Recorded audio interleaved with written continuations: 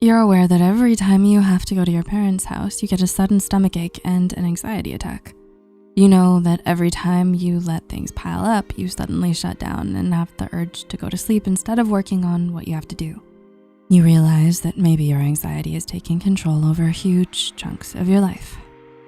But have you ever wondered if your anxiety is ruining your relationship?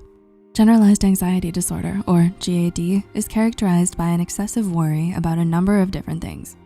This constant worrying can make you develop anxiety-motivated behaviors that might get in the way of your job, your family, your friends, and even your romantic relationships. So, how do you know if your anxiety is ruining your relationships? Here are some signs. First off, avoiding.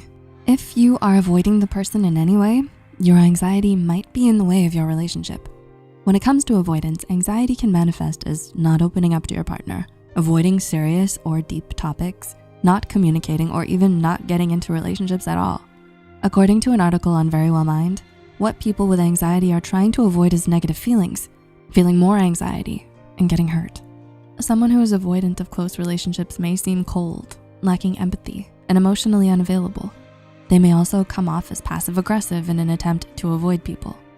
People suffering from anxiety can also turn to avoidance in order to spare their partner from their problems, thinking that they'll burden their partner if they share anything.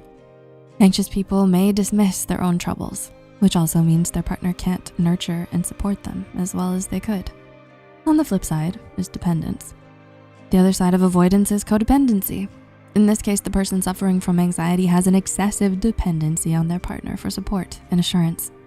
They also have a deep and constant desire for closeness, whether that be physical, emotional, or mental.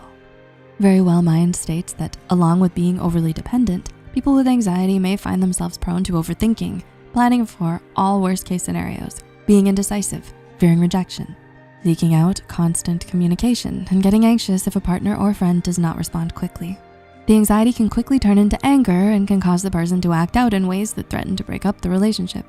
Other behaviors in people who suffer from anxiety can include being controlling, being distracted, and having trouble focusing, coming across as overly critical, and being a perfectionist.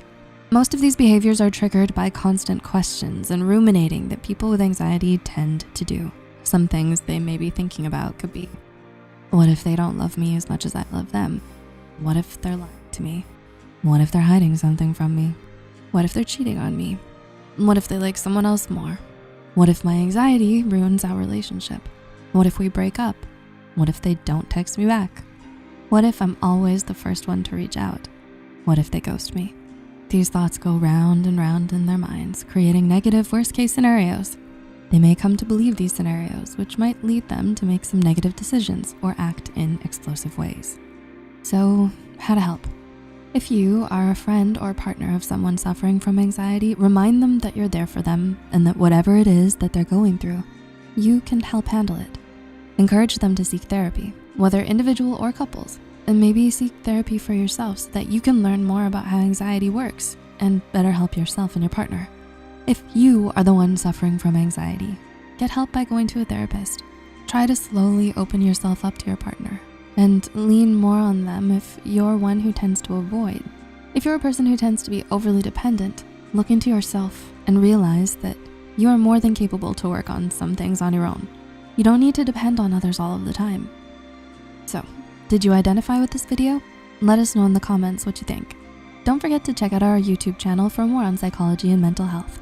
As usual, all references are in the description below. Until next time.